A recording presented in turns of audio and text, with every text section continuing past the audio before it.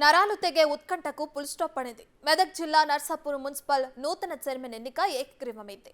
పురపాలక చైర్మన్ గా బీఆర్ఎస్ కు చెందిన అశోక్ గౌడ్ ప్రమాణ స్వీకారం చేశారు. ఎమ్మెల్యే సునీత లక్ష్మారెడ్డి, ఎమ్మెల్సీ వెంకట్రామిరెడ్డి సహకారంతో ఎన్నిక ఏకగ్రీవమైంది. గత నెల మున్సిపల్ చైర్మన్ పదవికి బీజేపీ కౌన్సిలర్ మురళీ యాదవ్ రాజీనామా చేశారు. దీంతో ఎన్నిక అనివార్యమైంది.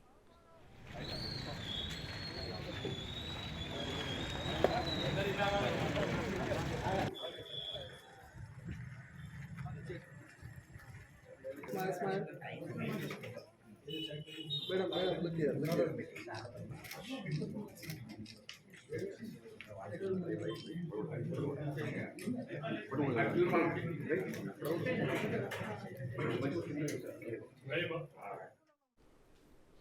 పశ్చిమ గోదావరి జిల్లా తాడేపల్లిగూడెం ఆర్డీఓ కార్యాలయం దగ్గర రైతు కూలీలు ఆందోళనకు దిగారు.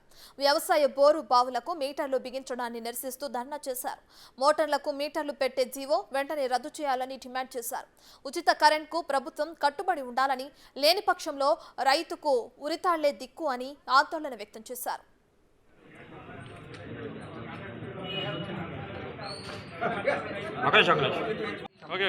మాకు మోటార్లకే మీటర్లు పెడుతున్నారు, అది వద్దు, మేము మొయ్యలేని బాగాలని వచ్చాము. సరే లేరు, వచ్చాము, కూడా ఇస్తాము.